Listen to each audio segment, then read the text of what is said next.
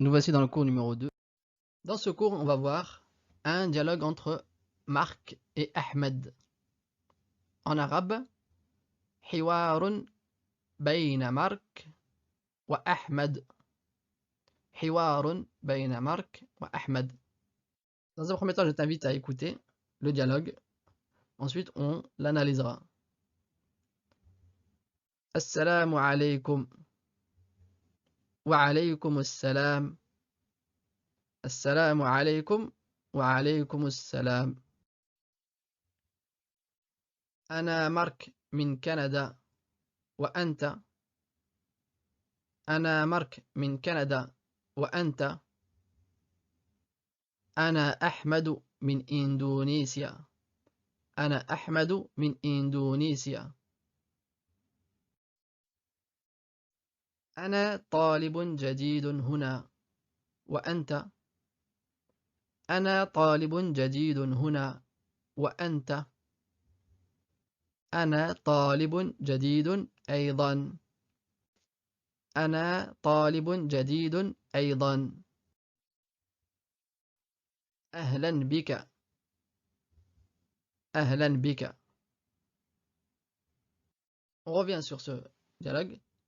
Donc c'est un dialogue entre Marc et Ahmed. Marc commence et salue Ahmed en disant Assalamu alaykum. La formule que vous connaissez déjà, que la paix soit sur vous. Ahmed répond Wa alaykum assalam. En français c'est la même chose, que la paix soit sur vous, que la paix soit sur vous.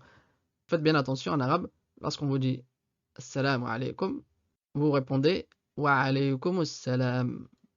Ensuite, Marc dit Ana Marc min Canada. Wa anta. Je suis Marc du Canada. Et toi? Le verbe être, je l'ai mis entre parenthèses parce que en arabe, pour dire je suis Marc, on n'utilisera pas de verbe. Ana Marc. Comme vous le voyez, il n'y a pas de verbe. Donc c'est pour ça qu'en arabe, on ne peut pas traduire dans la traduction, on ne peut pas faire du mot à mot. Min Canada, du Canada. Ce qui veut dire en gros, je suis du Canada. Je m'appelle Marc et je viens du Canada. Donc il dit Ana Marc min Canada. Wa anta. Ensuite, il demande et toi. Wa qui veut dire et. Anta qui veut dire toi.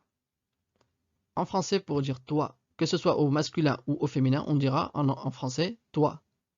Mais en arabe, c'est différent. On dit, pour le masculin, on dit anta. Et pour le féminin, qu'on verra par la suite, on dit anti. Ensuite, Ahmed dit Ana Ahmadu min Indonesia. Cette phrase a la même forme que la précédente. Il dit Ana, moi. En gros, je suis Ahmed min Indonesia. Je viens d'Indonésie. Ensuite, Marc dit, il dit Ana talibun jadidun huna wa anta. Ce sont deux étudiants qui sont en train de faire connaissance. Il lui dit Ana talibun. Je suis un étudiant. Comme on l'a vu avec cette phrase-là, Ana Marc, c'est la même chose, il n'y a pas de verbe. On dit Ana talibun. Je suis un étudiant. C'est comme si tu disais moi, étudiant. Pas besoin de verbe. Jadidun, qui veut dire nouveau. Huna, ici. Parce que là, ils sont dans un établissement scolaire. Il dit je suis un nouvel étudiant ici. Et il demande à Ahmed wa anta. Pareil. Ahmed répond Ana talibun jadidun. Donc il dit la même chose. Ana talibun jadidun. Je suis un nouvel étudiant. Ensuite il dit Aydan. Aydan qui veut dire aussi. Ana talibun jadidun aydan. Et ensuite, ils se souhaitent mutuellement la bienvenue en disant Ahlan bika. Ahlan bika. C'est un dialogue simple que je vous conseille de répéter 10 fois au minimum pour bien assimiler les nouveaux mots de vocabulaire. Et vous pouvez l'utiliser dans vos conversations en arabe. Pour l'utiliser dans vos conversations, il suffira de remplacer leur prénom par ton prénom et ici, il suffira de remplacer leur origine par ton origine. Si tu t'appelles par exemple Soufiane et que tu viens de France, tu diras Ana Soufiane min Faransa. Ana Soufiane min Faransa.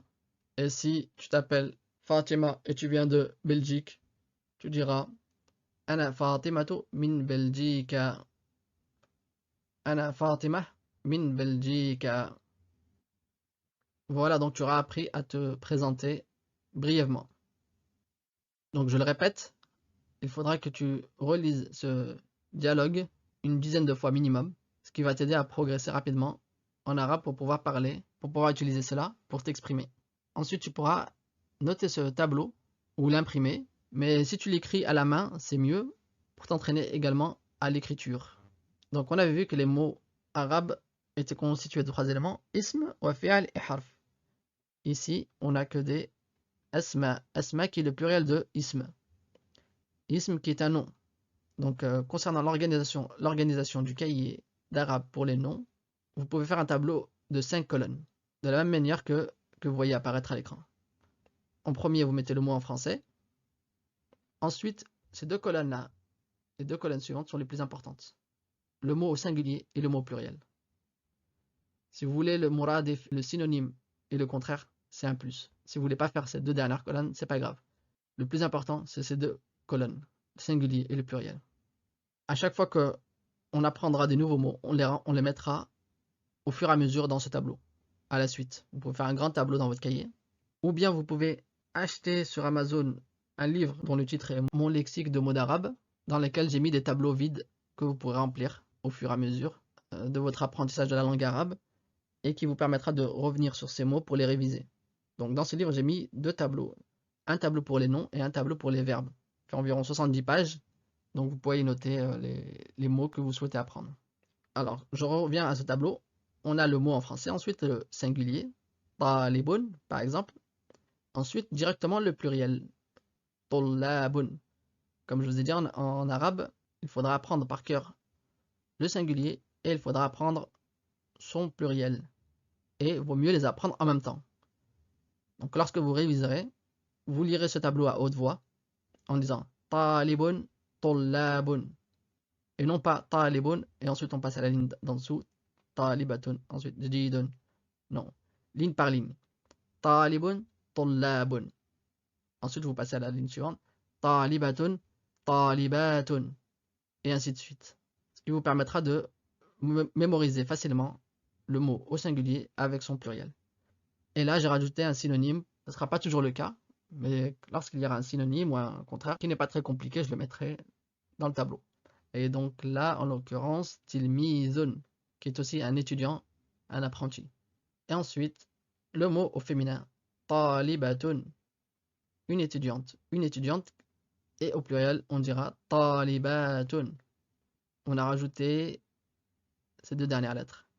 On a enlevé le ta marbota, on a rajouté le alif et le ta maftouha.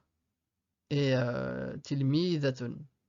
Comme tilmizun au-dessus, on a rajouté seulement ta marbota pour le mettre au féminin. Nouveau, jadidun. Et au pluriel, jududun. Attention à ne pas dire jududun, mais plutôt jududun. Judud. Et le synonyme hadithun, qui a d'autres sens, bien évidemment. Hadithun, ici, veut dire récent. Donc c'est proche de jadid. Ensuite, qadim, qui veut dire ancien. Et ensuite, au féminin, jadidatun. Et le pluriel, jadidatun. Vous voyez, le pluriel est différent du masculin. Et hadithatun, on a rajouté seulement un tamarbota par rapport au masculin. Et qadimatun, pareil. Aussi, aidan, voilà. Ça fera juste 5 mots à prendre pour cette leçon.